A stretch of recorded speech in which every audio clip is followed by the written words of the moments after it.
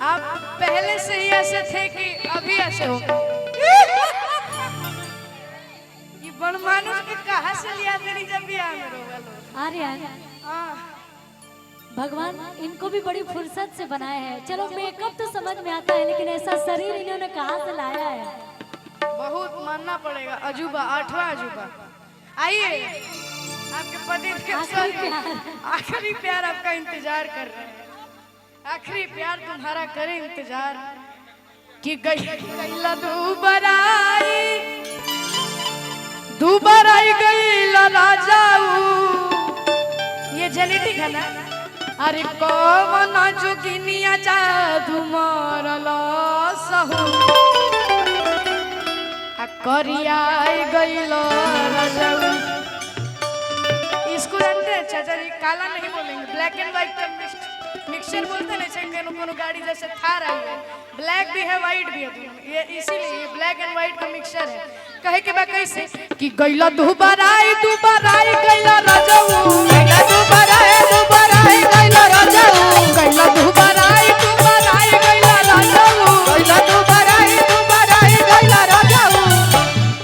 तैयारी कोवा न जोगिनिया जा तुमोरला सरे। अरे कोवा न जोगिनिया जा तुमोरला सरे। दुबराई गईला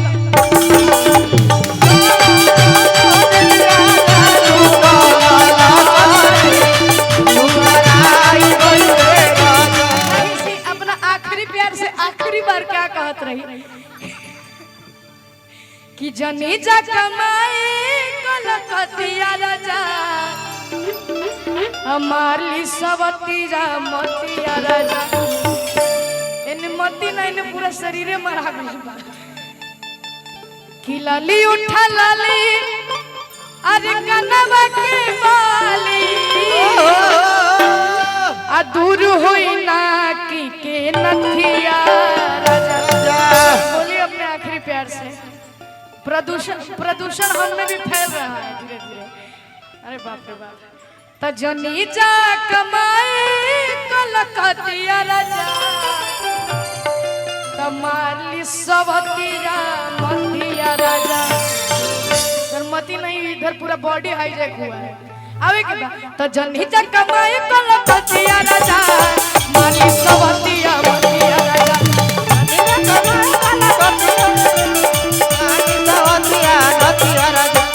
जनी जा कमाई कलकतिया राजा माली सवतिया मतिया राजा। जनी जा कमाई कलकतिया राजा माली सवतिया मतिया राजा। अभी से कोइल बावे होली में खेला के कोइल बावे होली में खेला। मैं तो तोहरे के क्या गायब जहिया से गइल बड़े गोदी में खेल